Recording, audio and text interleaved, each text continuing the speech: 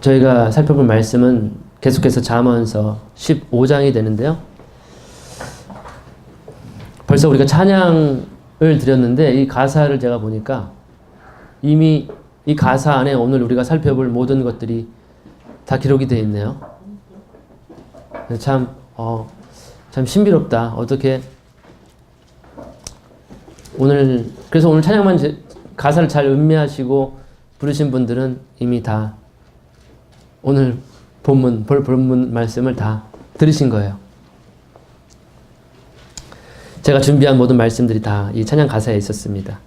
하지만 우리가 다시 한번 잠언서 15장 12절로부터 계속 보시면서 하나님께서 우리에게 어떠한 말씀을 주실까를 기대하면서 한번 보시겠습니다.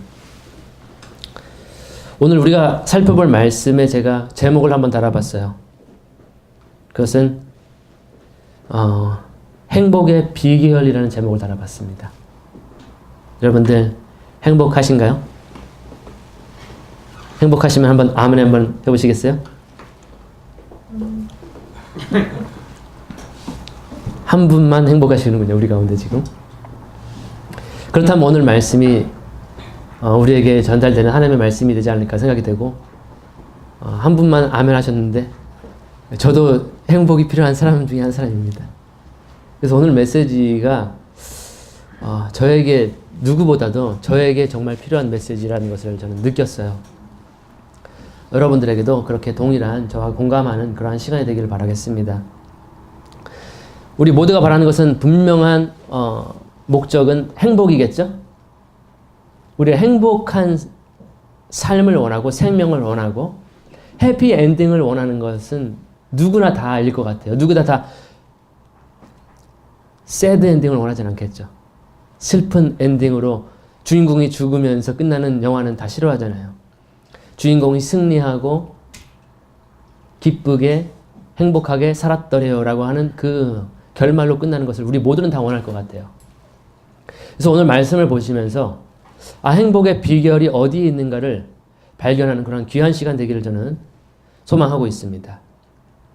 12절에 보시면은 잠언 15장 12절에 보시면 비웃는 자는 자기를 책망하는 자를 사랑하지 아니하며 지혜로운 자에게 가려하지도 아니하리로다. 다른 번역으로는 거만한 자는 견책받기를 좋아하지 아니하며 지혜 있는 자에게로 가지도 아니하느니라. 비웃는 자에 대해서 이야기를 하고 있네요. 혹은 다른 성경 번역으로는 거만한 자라고 표현이 되어 있는데 이 사람은 두 가지를 하지 않아요. 첫 번째로는 책망하는 자를 사랑하지 않습니다. 자기를 책망하는 자를 사랑하지 않는 것. 두 번째로는 지혜로운 자에게 가려고 하지도 않는 것.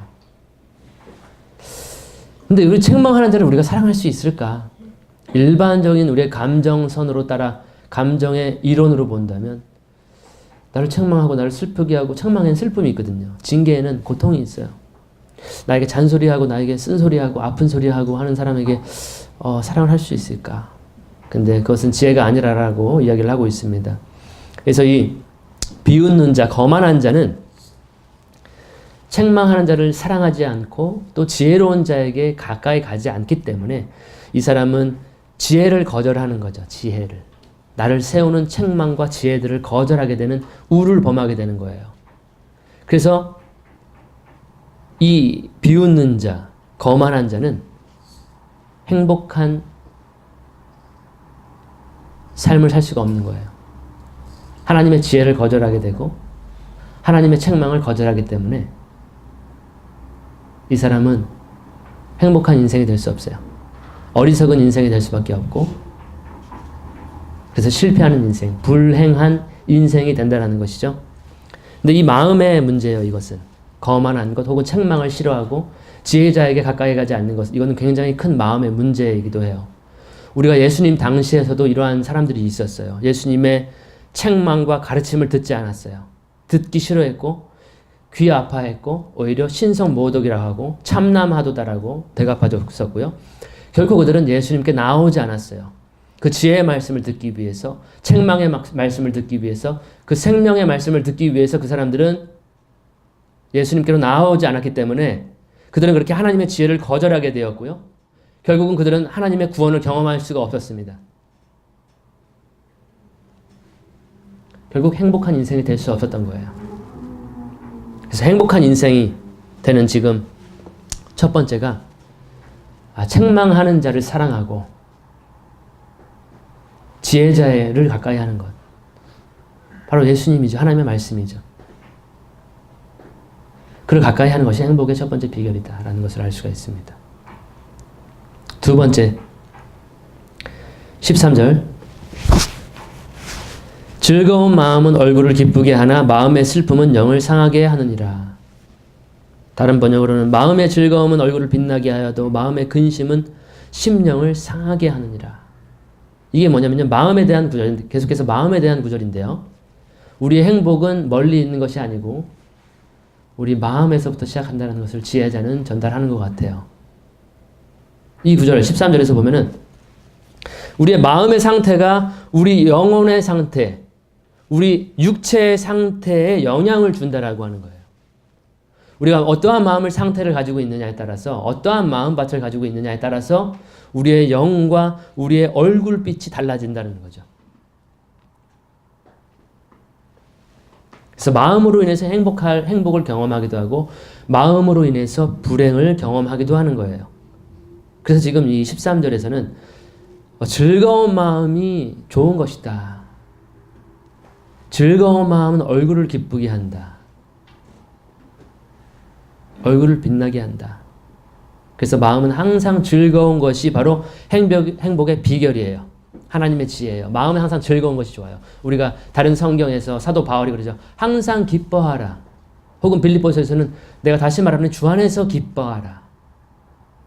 우리는 상황과 환경과 어떠한 그러한 입장에 처해 있든지 간에 우리는 기뻐하는 마음, 즐거워하는 마음을 소유하는 것이 하나님의 뜻이라는 거죠. 사도 바울이 데살로니가 전서에서는 항상 기뻐하라, 쉬지 말고 기도하라, 범사에 감사하라. 이는 예수 안에서 너희에게 향하신 하나님의 뜻이다라고 하는 거죠. 하나님의 뜻은 멀리 있는 것이 아니라 바로 우리가 항상 기뻐하는 것이 하나님의 뜻이라는 거죠. 예수 안에서, 주 안에서 기뻐하는 것. 그것이 행복의 비결이에요. 13절에서 말하고 있는 즐거워하는 마음. 근데 우리가 다시 한번 생각해 봅시다. 우리가 항상 마음 상태가 즐겁고 해피하고 하하하하 항상 이렇게 할 수가 있을까요? 우리가 인생 살아가는 가운데 우리 인생은 고난을 위해서 태어났다라고 욥은 말을 하고 불띠가 튀는 것 같은 그런 계속해서 반복되는 불과 같은 시험들이 우리 삶에 있는데 어떻게 매일 하하호호 할 수 있을까? 잠언 이 지혜자는 왜 우리에게 즐거운 마음이 얼굴을 빛나게 한다라고 이야기를 하고 있는 것일까? 우리가 항상 즐거울 수가 있는가? 여러분 지금 행복하신가요? 한 분만 행복하다고 지금 오늘 말씀하셨는데 여러분 즐거우신가요? 기쁨이 넘치시나요? 마음속에서? 무엇이 문제일까요? 근데 여러분들 해답을 알고 계실까요? 이 마음이 항상 평안하고 항상 기뻐하고 즐거울 수 있는 비결들 여러분들 혹시 아멘 하신 분 어떠한 비결이 있으실까요? 항상 평안하고 즐거운 마음, 얼굴빛이 환하고 그런 비결이 있나요? 지금 모르겠네요. 예. 사실 쉬운 문제이기도 한데 좀 어렵기도 한 것 같습니다. 제가 이제부터 드릴 이 답이 정말 쉬운 답인데도 참 어려운 답이 아닌가 생각이 되는데 어떻게 하면 우리 마음이 항상 즐거울 수 있을까? 우리가 찬양 가운데에서도 그 답이 나온 것 같은데요. 사실 주님 내 안에 계시고 주께서 우리와 항상 함께 하신다면 주님의 임재, 그분의 옆에 계심, 나의 옆에서 돕고 계시는 그 주님의 숨결과 그 임재가 따뜻한 포근한 그러한 품이 경험이 된다면 항상 즐거울 수 있지 않을까. 전 그렇게 생각을 합니다. 하나님의 임재예요, 결국에는. 하나님께서 지금 나와 함께 계시는구나. 내 옆에서 나를 위로하고 계시는구나. 내 옆에서 나를 돕고 계시는구나. 이것이 비결이 아닌가 생각이 돼요. 우리 마음에 항상 그래도 즐거울 수 있는 것. 어떠한 환경 가운데에서도.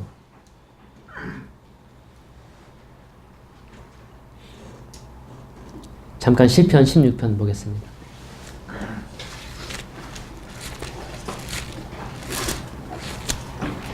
11절에 이러한 말씀이 있네요. 주께서 생명의 길을 내게 보이시리니 주의 앞에는 충만한 기쁨이 있고 주의 오른쪽에는 영원한 즐거움이 있나이다. 주님 앞에는 충만한 기쁨이 있다라는 거죠. 그리고 그의 오른쪽에는 영원한 즐거움이 있다. 충만한 기쁨과 즐거움이 주님께 있다라고 하는 것이죠. 또 역대상 16장 27절 보겠습니다. 역대상에는 이러한 말씀이 또 있네요. 역대상 16장 27절에 존귀와 위엄이 그의 앞에 있으며 능력과 즐거움이 그의 처소에 있도다. 능력과 즐거움이 그의 처소에 있도다. 그분께서 계시는 곳에 있도다. 바로 하나님의 임재 가운데 그분께 나아오는 것이 우리가 항상 즐거운 마음, 평안한 마음, 행복한 마음을 가질 수 있는 비결이라는 거예요. 우리 마음에 주님께서 가득 차는 것이 우리 마음이 항상 즐거울 수 있는 비결이 될 수 있다는 거죠. 근데 우리 세상 노래 가운데는 이런 가사가 있죠. 내 속에 내가 너무도 많아. 내가 너무 많아요. 저도요. 저 자신을 오늘 돌이켜보면 내 속에 내가 너무 많아요. 주님으로 가득 차야 되는데 주님 앞에 충만한 기쁨과 즐거움이 있는데 영원한 즐거움이 있는데 왜 나는 지금 근심하고 있을까? 왜 나는 슬퍼하고 있을까? 왜 나는 답답해하고 있을까? 분명히 이거는 하나님의 임재에 대한 관점에서 내가 지금 문제가 좀 있는 것이 아닐까? 그런 생각이 들었어요. 그래서 하나님의 임재가 바로 즐거운 마음을 갖는 것이 비결이 아닌가. 너무나도 쉬운 비결인데 그것이 답이 아닐까 생각이 돼요. 실질적으로 적용을 해봐야 되겠죠. 어떻게 하면 그러면 하나님의 임재를 경험하고 날마다 그러한 마음의 기쁨을 상실치 않고 즐거움을 상실치 않을 수 있을까. 실질적인 대안들이 필요하겠죠. 그것이 바로 하나님의 임재를 경험하는 첫 번째 방법이 바로 찬양이라는 거예요. 찬양. 찬송 중에 거하시는 이스라엘의 하나님, 주는 거룩하십니다. 시편 기자는 이야기를 했어요. 이스라엘의 찬송 중에 거하시는 주여, 주는 거룩하십니다. 찬송 중에 하나님의 임재를 경험하죠. 하나님의 감동, 감화를 경험하는 거죠. 찬송 중에. 굉장히 중요한 사실이에요. 찬양이라는 것이 그만한 능력이 있어요. 찬양의 가사들이 그만한 능력이 있는 것 같아요. 그래서 바울이 말하기를 성령 충만을 받으라 라고 한 다음에 시와 찬미와 영적인 노래와 우리가 하나님의 임재 가운데서 성령 충만함을 경험하는 것이 바로 찬양이 그 하나가 되는 것이에요. 바울과 실라의 그 예가 있죠. 바울과 실라가 복음을 전하다가 감옥에 갇혔었죠. 사도행전에서 우리가 배웠던 부분. 그들은 되게 많이 옷이 찢어지는 상태로 이렇게 옷이 다 찢어졌어요. 그 다음에 많이 맞았어요. 그 다음에 발은 착고에 쇠사슬이 매어 있었어요. 그런 가운데에서 그들이 밤중에 기도하고 찬송을 부르죠. 우리 인간적인 방법으로 관점으로 본다면 되게 두드러 맞고 옷 다 찢어지고 머리 헝클어지고 노숙자처럼 됐는데 기도하고 찬양한다는 건 좀 맞지가 않아요. 근데 그러한 환경에서 바울과 실라는 밤중에 기도하고 찬양을 합니다. 찬송을 부릅니다. 그랬더니 어떠한 일이 일어나냐면 그 사도행전 16장에 나오는데 큰 지진이 일어나고요. 그들을 묶고 있었던 그 쇠사슬이 풀려져 버립니다. 이것이 바로 찬양의 능력이 아닐까. 찬송의 능력이 아닐까. 그래서 그들은 감옥에 나오게 되죠. 그러한 찬양의 역사가 있었어요. 그런 찬송의 역사가 있었어요. 두 번째 우리가 다시 한번 찬양에 대한 어떤 예를 찾아본다면 예수님이에요. 예수님이 찬송하는 거 여러분들 성경에서 발견하신 분들 계신가요? 예수님이 찬미를 부르고 하는 것 보신 적 있으세요? 그런데 성경 뒷부분에 예수님이 잡히시기 전에 예수님이 찬양하는 부분들이 나와요. 찬송하는 부분들이 나오는데 어떤 의미는 예수님이 이제 제자들하고 다 같이 만찬을 나누죠. 내가 마지막으로 너희들과 유월절 양을 먹고 싶다. 그래서 떡을 떼시고 잔을 나누시고 그 다음에 하신 것이 바로 찬송을 부르신 거예요. 이제 예수님은 그 찬송을 다 부르시고 나면은 감람산이라고 하는 감람 동산에 가서 이제 유다의 배반으로 잡혀서 이제 매를 맞고 죽음을 경험하셔야 되는 그러한 상황이었어요. 예수님은 다 아시겠죠. 지금 이 순간 이후에 무엇이 일어날지를 다 알고 있는 상황이었는데 예수님은 제자들과 함께 찬송을 부릅니다. 죽음 바로 앞에. 그리고 나서 이제 감람 겟세마네라고 하는 동산에 가시죠. 예, 그 부분이 마가복음 14장 26절에 혹은 마태복음 26장 30절에 기록이 되어 있어요. 죽음 앞에 예수님은 그렇게 찬송을 부른 거예요. 제자들과 마지막 찬미를 부른 거예요. 그래서 찬양이라는 것이 하나님의 임재를 경험하는, 죽음이 내 앞에 있더라도 지금 하나님의 임재를 경험하고 하나님을 도우심과 하나님의 구원을 경험하는 것이 찬양이다라고 하는 것을 우리가 볼 수가 있고요. 그 다음에 겟세마네 동산에서 예수님이 전심전력했던 것이 바로 우리가 그 유명한 겟세마네에서 기도죠. 두 번째 하나님의 임재를 경험할 수 있는 것, 그것은 바로 기도입니다. 기도라고 하는 것은 하나님과 나를 연결시키는 줄과 같다라고 제가 표현을 해봤어요.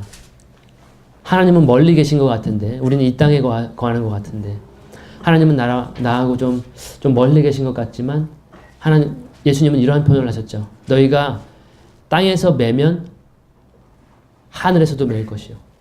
너희가 땅에서 풀면 하늘에서도 풀릴 것이다. 어떤 줄과 관련된 선고라는 거죠.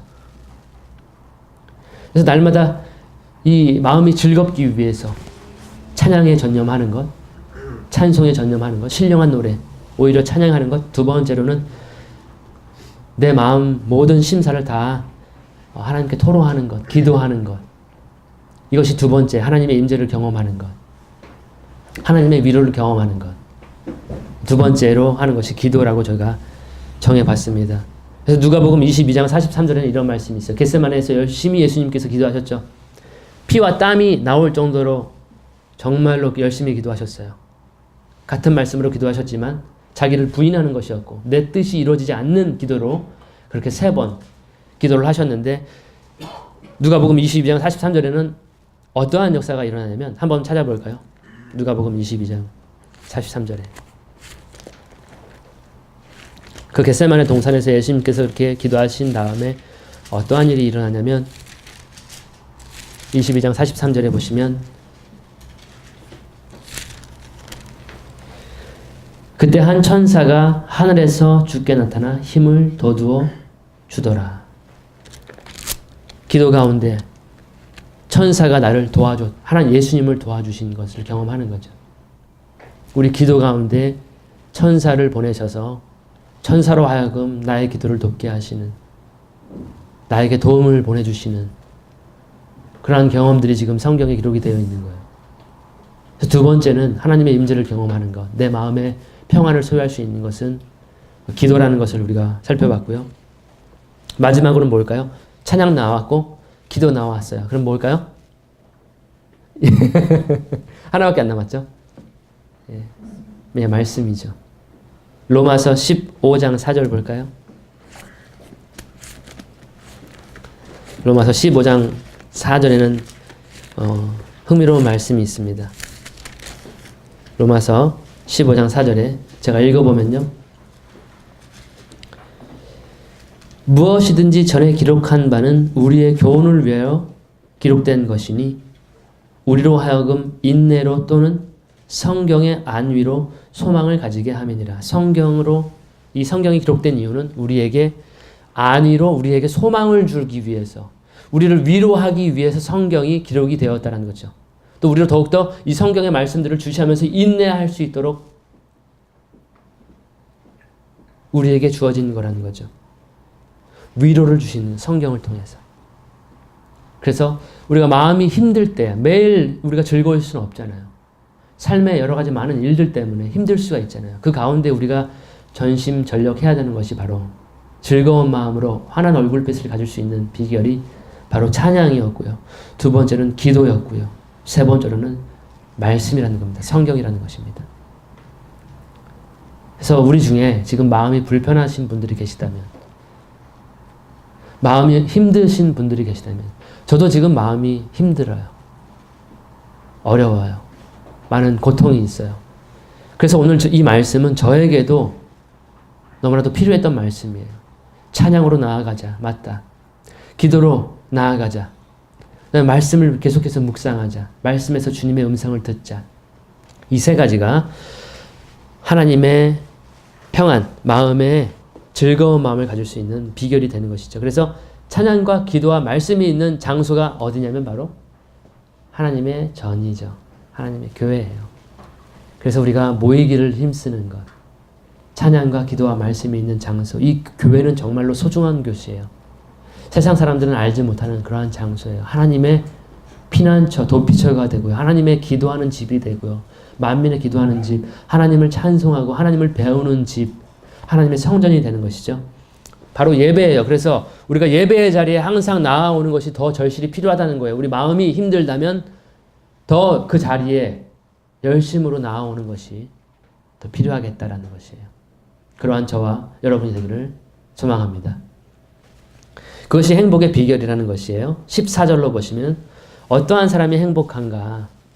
14절을 보시면 명철이 있는 자의 마음은 지식을 구하거니와 어리석은 자들의 입은 어리석음을 먹고 사느니라. 지식을 구하는 마음에 대한 구절이네요. 행복의 비결. 여기서 말하고 있는 것은 지식을 구하는 거예요. 지식이 어디 있는가? 하나님의 지식이 어디 있는가? 바로 성경에 하나님의 지식이 가득해요.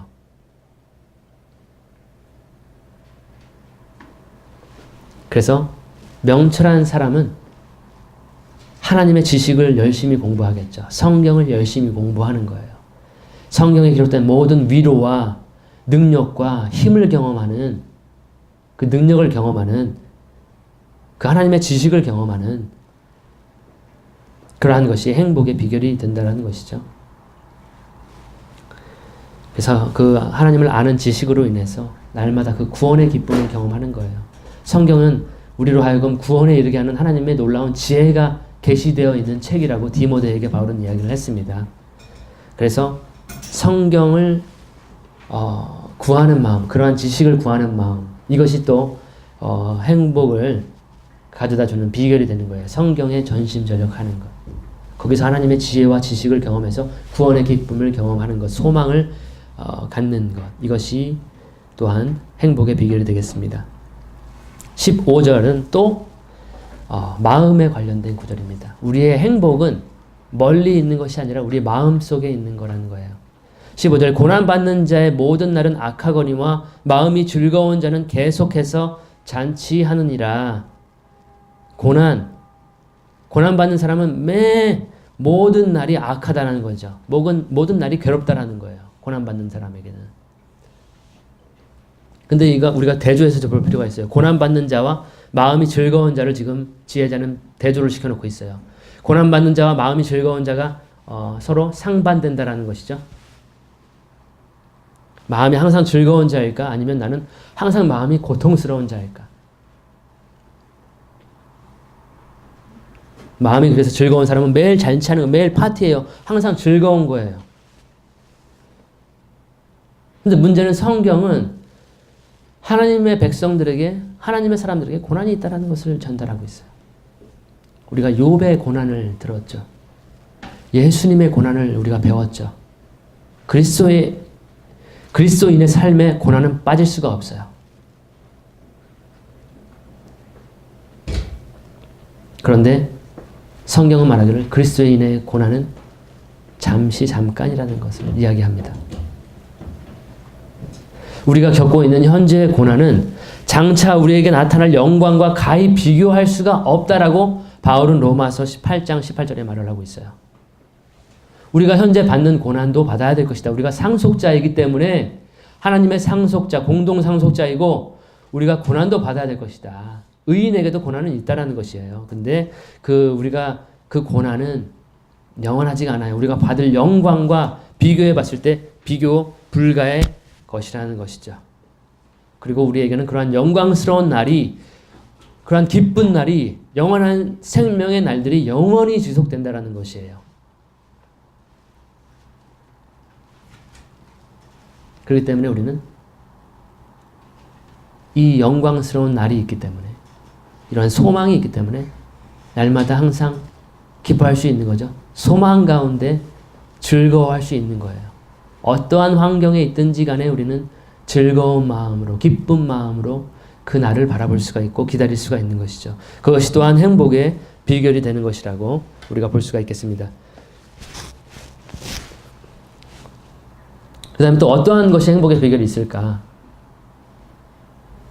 16절에서는 돈에 대해서 이야기를 합니다. 돈이 많이 있으면 행복하지 않을까요, 여러분? 돈이 많이 있고 싶죠?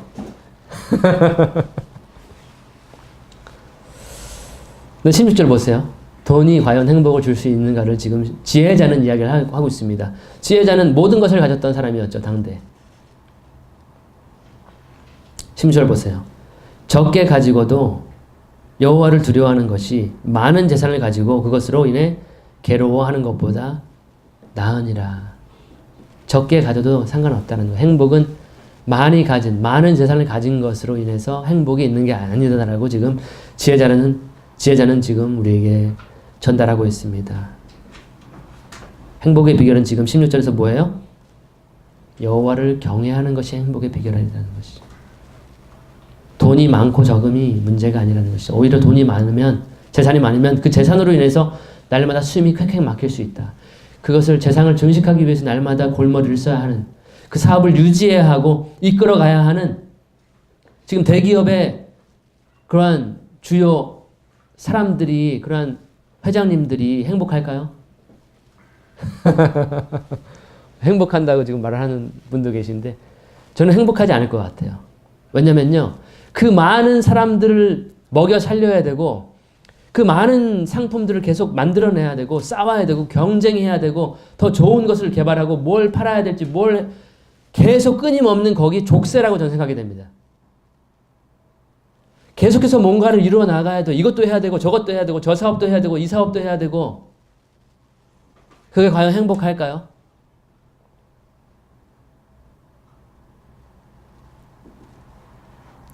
가산이 적어도 문제가 될 거 없다는 거죠. 여호와를 경외하는 것이 행복의 비결임을 지금 16절에서 이야기하고 있습니다.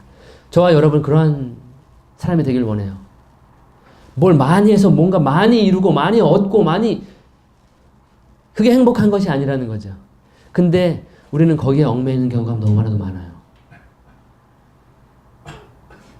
여호와를 경외하는 것이 행복의 비결이라는 것. 적게 가져도 상관없다라는 것. 돈이 행복을 주지 않는다는 것을 지금 16절에서 이야기하고 있습니다. 또 어떤 것이 행복할까? 우리 맛있는 음식 먹으면 행복하죠. 그 음식에 대해서 또 지금 17절에 나오고 있습니다. 보세요. 채소를 먹으면서도 사랑이 있는 것이 외양간의 소를 먹으면서 그것과 함께 미워하는 것보다 나으니라. 1등급 최고의 마블링 한우를 먹어도 행복하지 않다라는 것을 지금 이야기하고 있어요. 꽃등심을 마다할 사람이 있을까요? 여기 앉아 계신 분들?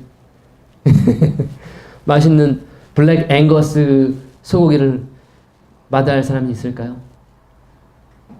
케이지 프리, 목장에서 막 뛰놀던 그 소고기를 포기할 사람들이 있을까요? 근데 지금 여기서 말하는 것은 뭐냐면, 진짜 행복은 그러한 맛있는 음식, 맛집, 정말 최고급의 요리, 5성급의 요리사가 요리한 요리가 아니라 서로 사랑하는 것. 채소를 먹어도, 여간의 채소, 풀떼기만 먹어도 사랑하는 것, 서로 사랑하는 것이 행복의 비결이다라고 지금 이야기를 하고 있습니다. 우리 방송들 지금 TV를 보면은요, 매 먹을 거예요.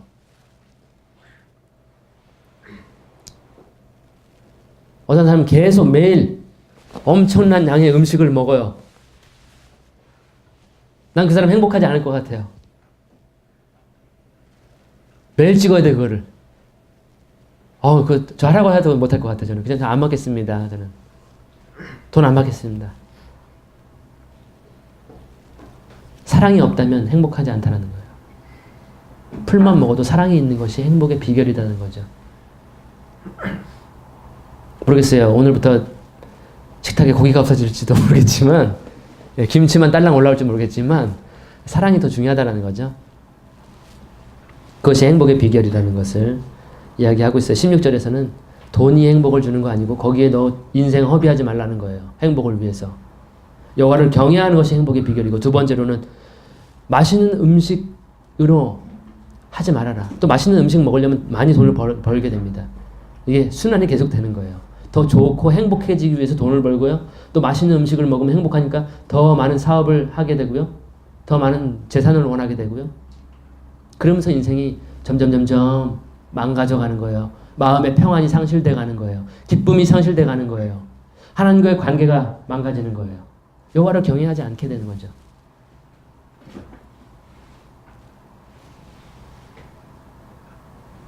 (18절에) 몹시 노하는 자는 다툼을 일으켜도 분노하기를 더디하는 자는 다툼을 그치게 하느니라. 오늘의 마지막 구절입니다. 분노에 대해서 나오고 있습니다. 분노. 이거 우리 행복을 파괴하는 존재예요. 분노. 근데요, 이 분노는 우리 안에 다 가지고 있어요. 이 분노를 잘 다스려야 돼요. 노하기를 더디하라라고 이야기하고 있습니다.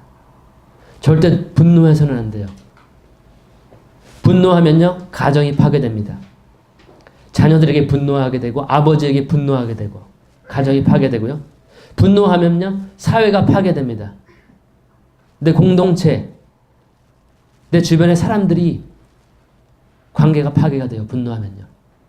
직장에서 문제가 생기고요. 분노는 그래서 사회를 파괴시키고요. 또 분노는 교회를 파괴시킵니다. 우리 형제에게 노하는 자마다, 예수님이 이런 가르침이 있죠.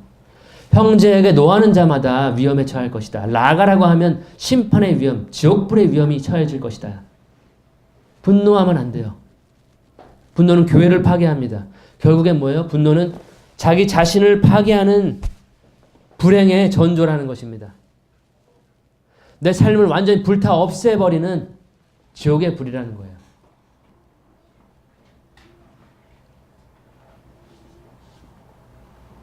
그래서 노하기를 더디하는 것이 행복의 비결이에요.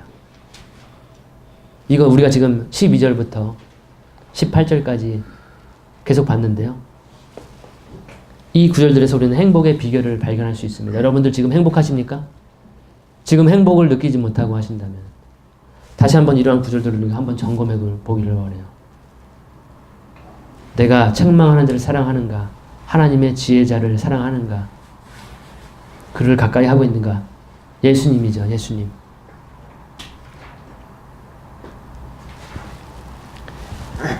내가 항상 즐거운 마음을 가지고 있는가? 그 다음에 내가 항상 지식을 구하는가? 성경의 지식을 내가 갈구하고 있는가? 아니면 다른 것들을 내가 갈구하고 있는가? 내 마음에서. 15절도 즐거움에 대한 구절이었고요. 16절은 재산보다 여호와를 경외하는 마음이 행복의 비결이다. 17절에서는 좋은 음식보다 서로 사랑하는 마음이 행복의 비결이다. 18절에서는 분노하지 않는 마음이 비결이다. 행복은 멀리 있지 않습니다. 우리 마음을 우리가 어떻게 하느냐에 따라서 행복이 좌지우지되는 거예요. 그래서 잠언 기자는 이러한 얘기를 하죠. 무릇 지킬 만한 것보다 너의 마음을 지켜라. 삶의 모든 문제들이 거기서 시작된다. 우리가 이렇게 많이 봤는데, 그러면 우리가 마음을 어떻게 하는 것이, 결론을 내렸을 때 어떠한 것이 어떠한 마음이 우리에게 행복을 줄 수 있을까? 바로 우리 마음에 내 자신이 사라져야 되는 거죠. 내 생각과 내 욕심과 이런 모든 것들이 다 없어지고 오직 하나님, 예수님으로만 가득 찼을 때 행복의 비결이, 우리 해피엔딩의 비결이 거기 있는 거예요.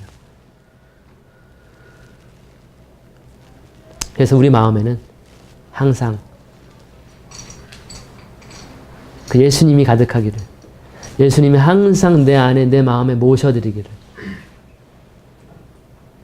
그렇다고 했을 때 어떠한 일이 일어나도, 어떠한 풍파가 일어나도 그것을 잠잠케 하시는 그 예수님이 계시기 때문에 파도가 잠잠케 되고 폭풍이 잔잔해지고요. 내 마음의 어려움과 그러한 풍파들이 잠잠하게 되지 않을까. 그것이 오늘 잠언 기자가 우리에게 전달하는 행복의 비결이 아닐까. 저는 그렇게 생각을 해봤습니다. 그래서 저와 여러분들, 우리 항상 예수님으로 가득 차기를, 항상 예수님과 동행하기를 소망하면서 오늘 말씀을 마쳐봅니다. 기도하겠습니다. 하나님 아버지, 감사드립니다. 저에게 필요한 말씀이었습니다. 주님, 저의 마음에 왜 이렇게 많은 것들이 있는지 모르겠습니다. 너무 힘들고 고통스럽고 어렵습니다. 이러한 환난 가운데, 폭풍 가운데 주님, 이러한 모든 것들을 잠잠케 하여 주옵소서. 주님, 우리가 살펴본 말씀대로 우리의 마음을 지키게 하여 주옵소서. 우리의 마음속에 예수님을 빼앗기지 않게 하시고 예수님의 평강을 날마다 소유하는 저희들이 될 수 있도록 주님 복을 내려 주옵소서. 우리 가운데 많이 힘들고 어려운 지체들이 있을 것입니다. 고통받고 있는 지체들이 있을 것입니다. 행복하지 않은 그러한 시간을 보내고 있는 지체들도 있을 것입니다. 주님께서 이런 모든 것들을 해결해 주시기를 기도합니다. 주님께서 모든 것을 평안하게 즐거움으로 바꿔주시기를 기도합니다. 감사드리며 예수님의 이름으로 기도합니다. 아멘. 수고하셨습니다.